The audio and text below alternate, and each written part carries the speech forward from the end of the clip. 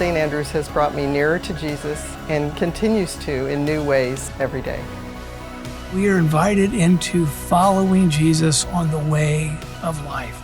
I feel like I'm at home when I'm here, and my relationship with the Lord has just begun. I didn't have one until I came here, and I'm so thankful. I really see the heart of Jesus in this community, and it's just like one beautiful, multi-generational family. That's what the entire Bible is about. Receiving the goodness of God and His mercy and grace and forgiveness, and that being the catalyst and the power to step on the journey of following Him, following Jesus. God put that in us, a natural desire to serve Him, serve others, and that's what we're doing here.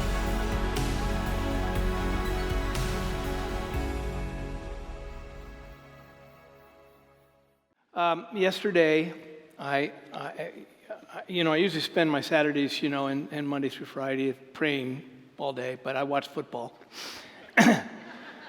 And at more than one game, and I can't remember what the second one was, but I was watching one particular game, and in another one I saw it as well, that in commemoration for 9/11, the bands from both schools came together to play that song. Not that version of it, but Amazing Grace. That even as a nation, we still need God to speak. And especially at a time when we remember that life is still very, very violent and there's a lot of pain. And what do we do? And God help us. See, the whole gospel can be summarized in that idea that God speaks. Genesis 1 kind of opens up with God the Father speaking, and the world was born. And we know that God the Son, the second person of the Trinity, in Colossians, when the second person, the Son, speaks, then all of creation comes into being, the agent of creation. And ever since Jesus sent the Counselor, the Holy Spirit speaks and our lives are changed. God speaking. Well, as God speaks to us, He wants to make sure we hear that He cares for us. He heals us, and He calls us to live the life that He created for us. So, this next few weeks, we're going to spend some time talking about that, the God who speaks. So we're not going to do both passages that you see on your bulletin. We're just going to read one verse from John 5. This is a long section you can read later. You see the text that's in your bulletin. But we're just going to read John 5:24, which summarizes Jesus' affirmation of His authority. If you're not really sure of Jesus' place in all of creation, then that passage is really a great one to take a look at. John 5:24, and then we're going to go to the end of what's called the Sermon on the Mount. Matthew chapter 5, 6, and 7 is Christ summarizing what it looks like when God says to us to love your neighbor as yourself. So we'll just read the last passage of the end of Matthew 7 of the Sermon on the Mount, starting at verse 24. So if you're able, I invite you to stand for the reading of God's beautiful word. Starting at John 5, verse 24, and then we'll go back to Matthew 7. Very truly I tell you, whoever hears my word and believes Him who sent me has eternal life and will not be judged, but is crossed over from death to life. And now going back to Matthew 7, the very end of the Sermon on the Mount, starting at verse 24, the words of Jesus. Therefore, everyone who hears these words of mine and puts them into practice is like a wise man who built his house on the rock. The rain came down, the streams rose, and the winds blew and beat against that house. Yet it did not fall because it had its foundation on the rock. But everyone who hears these words of mine and does not put them into practice is like a foolish man who built his house on the sand. The rain came down, the streams rose, and the winds blew and beat against that house, and it fell with a great crash. This is the word of the Lord. Thanks be to God indeed. Great enthusiasm. By the way, I just want to remind you, it's okay for you to get kind of fired up when you say that. with such enthusiasm. That's wonderful. It's easy to hear. Two men in Matthew 7, they heard, but it seems to be more difficult to listen. See, to listen is to care. To listen is to engage.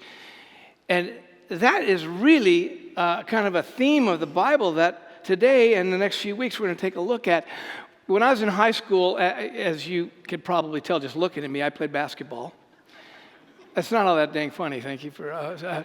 And on my team were actually athletes besides me, and we did what most high school kids do. You gave a lot of attention and time for years to be able to play this sport. But at the very center of our team was the man who was assigned to be our coach. His name was Dan Wilson, and I have been trying to track him down. I have no idea where he is now.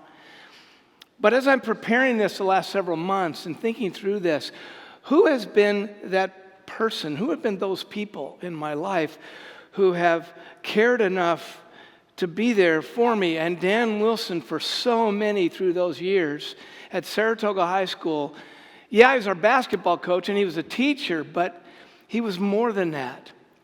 Very few teachers, as I remember, really listened. They did a lot of talking, but did they care to come alongside? Well, Dan was one of those really rare guys who wasn't like Ted Lasso. He was actually a great coach. He knew his craft, but he also, his whole character was just unique and different. He cared about us. He opened his life to us and he came alongside of us. So we would spend a lot of time with him, not only during the season, but around the season. We'd go into his room at lunch and we would literally sit there as he shared with us his thoughts of what life was. And I didn't find out till near the end of my senior year that he was actually a lover of Jesus, and that's why he was who he was, or he gave credit to Christ for that. Because Dan was someone that cared enough not only to listen to us, but to speak and to lead us. See, you and I were made and wired to listen. I don't know if you ever really think about that. We were created to want people in our life to help us figure out the complexity of the world that we live in, whether it's relationships or decisions or convictions we have. We really want help. We really want advice. We were born to listen. On the one hand, we want it, and so we'll go to great lengths to try to get there. And here is an old commercial that probably, I don't know the percentage, but not everybody has seen it before, because this was a time in history, actually in the late 70s, where this was a more prominent awareness of people. Take a look at this commercial. You'll never regret the purchase of a good stock. You don't say. Yeah, my broker says it's a real good buy. What does your broker say? Well, my broker's E.F. Hutton. And Hutton says,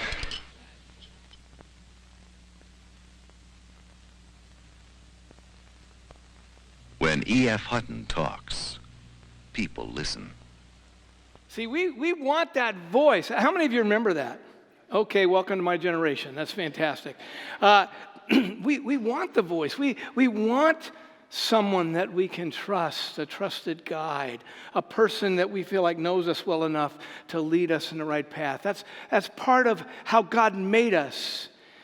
And yet it can become so disappointing depending on who we listen to.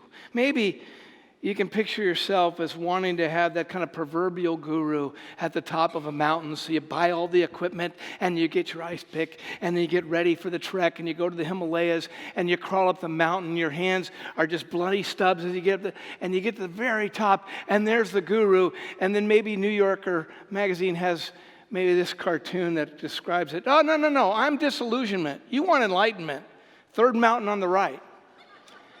We might get disappointed even if we give a lot of attention to that person, that voice that we think has some authority, some power to be able to help us figure out life. And boy, this propensity, this thing inside of us God has created, we want to listen. We want to know that somebody cares enough to know us and can help us to live through life. Before I came to St. Andrews, I think most of you know that I spent a lot of time traveling to helping people to understand teenagers, young adults, and to try to figure out how to help them navigate as life gets more and more complicated. More and more voices come at us. And so I did this. I was invited to this church, and so I preached in the morning, and in the afternoon had about a 3 or 4 hour seminar. And then I made the mistake of allowing the senior pastor to drive me an hour and a half to the airport. Because it happens this way every time I ever did it. That's why rental cars are a great gift, or Uber, because I got in the car with this guy that invited me to come. He was a nice guy, I liked him, and we sat in the car, and as soon as you could tell that he was fired up, boy, this guy is fired up. Why? Because he had a 16-year-old son, and he was just to his wits' end with his 16-year-old son and telling me how disappointed he's been in him, all of the ways that his son has just blown his life. And he came to this seminar and had me come out really for him and his son. And he goes, and then I listened to you, and now I'm ready. I'm ready to help my son. I'm going, well, okay, good. This is 15 minutes into it, or 20, after the little diatribe. And then he goes, I'm going to get 5 men to pour into my son. I don't know how you receive that, but what this guy meant was something different than I had shared. It's easy to hear, but it seems to be a little more difficult to listen. He heard me, 5, because based on a whole lot of research and theory, it takes at least 5 non-parental adults for a child to grow up healthy and whole. For all of us, we need people in our life that know our name, know our story. That's why I said all the stuff I do about Cooper. The idea is Cooper needs to know that there are people that know him and care about him and are not there to judge him or to hurt him or to somehow manipulate him, but to actually come alongside of him and then in that kind of vein to speak into his life. But when he said 5 men, I'm thinking, I made it as I thought clear. He doesn't need 5 men. He needed 5 non-parental adults. Boys need women. Girls need men.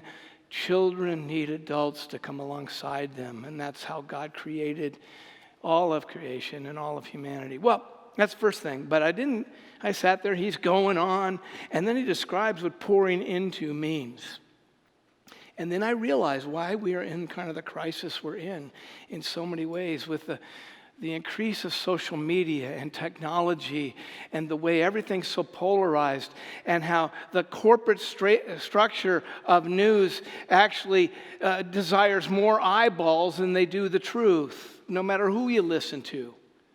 And the problem is we got all these voices coming at him. So when this guy was telling me, I want to get 5 men to pour into my son, what he wanted was 5 men to just surround his son and point their finger at him and tell him where he's wrong. He wanted 5 men to come and tell his son what to do because his son no longer listens to him, was the rhetoric. You know, it can be disappointing when we are created to listen, to have people in our lives help us to figure out where to go and what to do, but they got to know us. We've got to trust them that they're a voice that actually cares and they actually know. So when we think what's best for young people in a classroom, as coaches, as parents, in ministry, that we just pour into kids, what that is, it just bounces right off their soul. Because who of us wants to trust someone with our lives who really doesn't seem to care but wants to remind us of how much a failure we are? We carry shame. We hear judgment.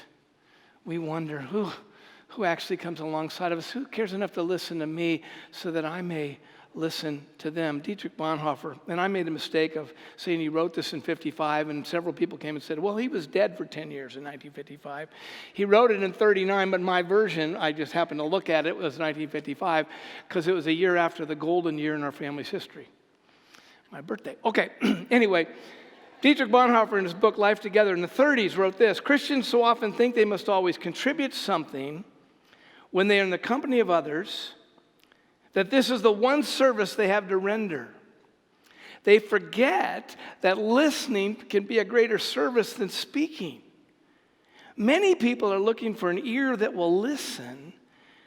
They do not find it among Christians because these Christians are talking when they should be listening. We may hear, but are we able to listen because we've been so wounded and our cup is so full of data and information and judgment and shame? Who do you listen to? Who do you give your heart to, your mind to, your perspectives to? Our willingness and ability to listen has been lost. Because where do we turn? Bonhoeffer goes on, but the one who can no longer listen to their brother or sister will soon be no longer listening to God either. They will be doing nothing but prattle in the presence of God too. This is the beginning of the death of the spiritual life, and in the end, there's nothing left but spiritual chatter. God designed us to need and even desire trusting guides, which is why we gather, because that's why Jesus came.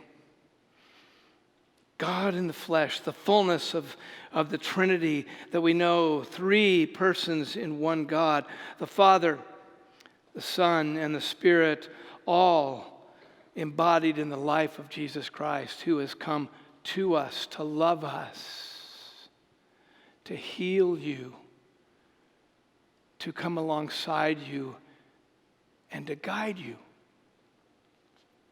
In the Gospels, I don't know if you know this. I don't know if you ever spent much time looking at this through this lens. But if you look at the four Gospels, Matthew, Mark, Luke, and John, they talk about Jesus, right? But if you go through them with this lens to try to go, what was Jesus' actual work in the world? What did he actually do? Why did he rise to such prominence in the way that he treated people? Why did people come to him?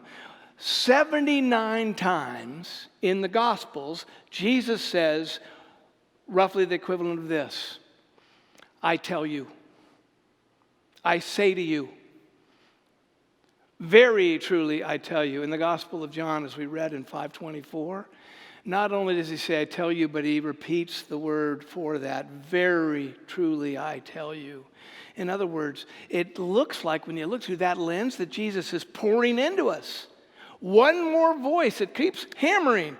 I tell you this, I tell you this. In fact, in the Gospel of Matthew, right there in the Sermon on the Mount where Jesus says these important things, he says in chapter 5, the first part of it, 6 times, you've heard it said, but I tell you. You've heard it said, but I tell you. What about Jesus? Why did Jesus get people to listen to him when it seems like he's constantly speaking and pouring in? It's because he was different in how he actually did that. There was something about him, like Dan Wilson, but way, way, way beyond how any person could actually deliver that. That's why we read in the last 2 verses of Matthew 7, 28 and 29, when Jesus had finished saying these wonderful things in the Sermon on the Mount, the crowds were amazed at his teaching. And the word amazed was not repelled. It was an amazement that drew them in. They're amazed at his teaching because he taught as one who had authority and not as their teachers of the law. Now, you may look at that and go, well, he did the same thing. This father was just trying to get 5 men, to pour into his kid. That Jesus did the same thing with authority. Authority is a big word in Christian circles today. But that's because the actual force of the word in the original language doesn't simply mean I've got the right to tell you something. It's not a negative word. It's not a power-oriented word to hurt or to judge or to shame. It's the authority of the God who has come. It's the authority of compassion. The speaking of Jesus is the authority of great love and mercy because he knows you. And he understands that the voices are constantly beating you down. and telling you where you're wrong or where you've messed up or where you're not worthy unless you fix it. His authority of his voice is 79 times, I tell you, were not words to hurt or to harm or to beat down. His words were a healing salve to a broken heart. See, to listen, to speak is to care and to love. Jesus had the authority. That actual word means wait. Yes, it's the right to speak and it's the power to speak, but it's a weighty authority, the authority of one who knows you inside and out.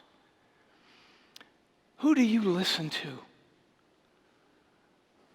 What mountains do you climb up to hear the words of the ones that you read on social media? Are the voices that tell you what to think and how to act? Are the voices that remind you if you don't line up with them, then those guys are the problem?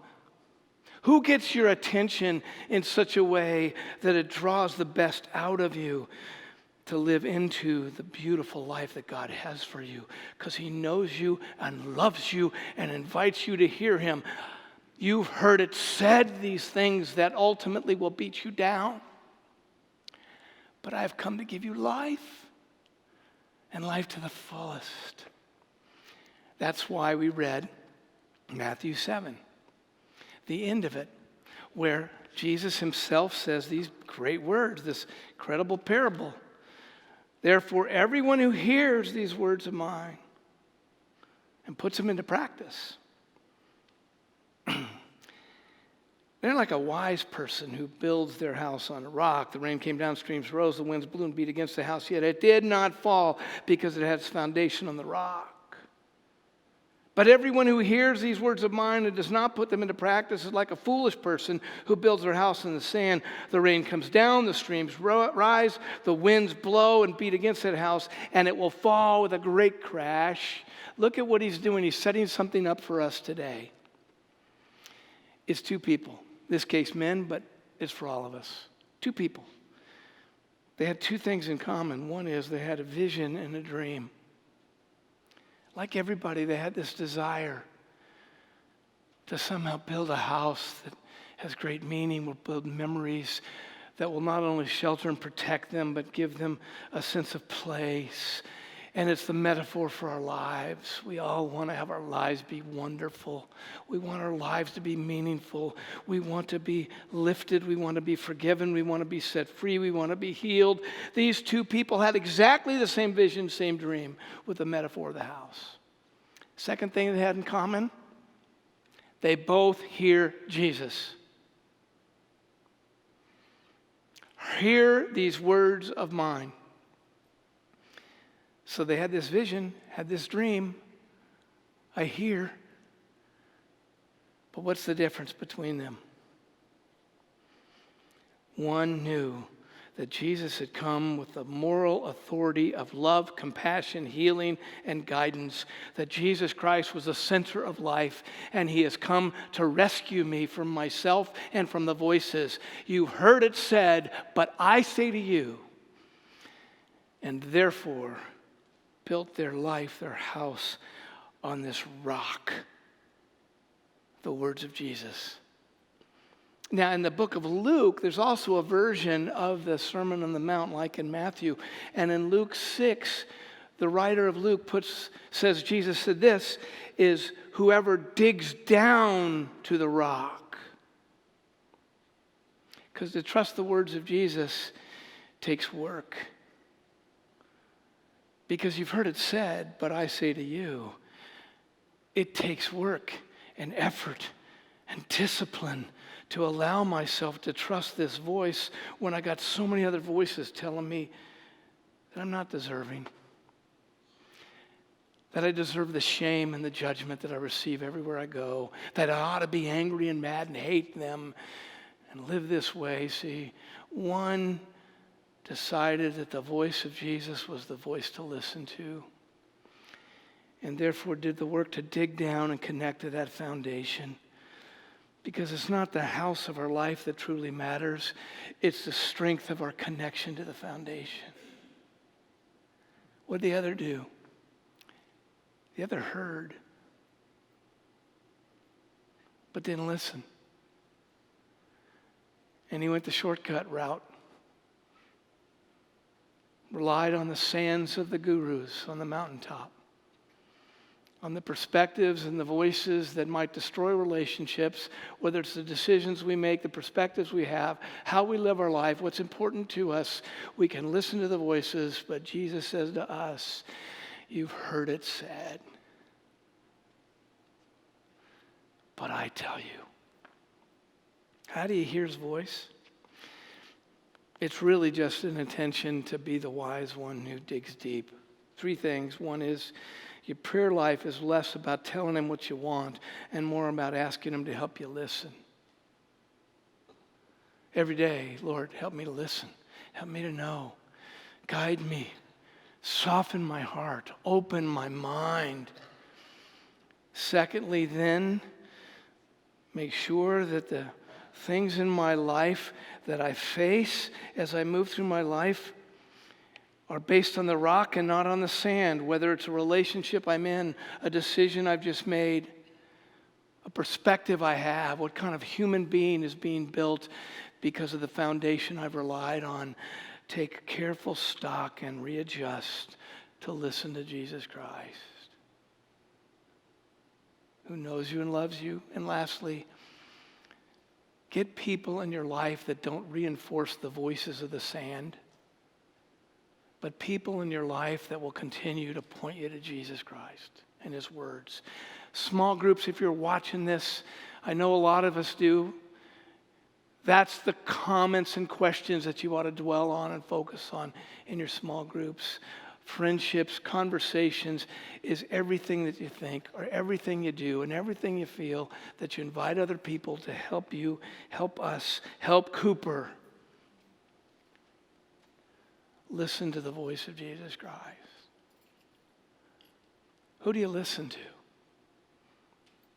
And who calls you his own?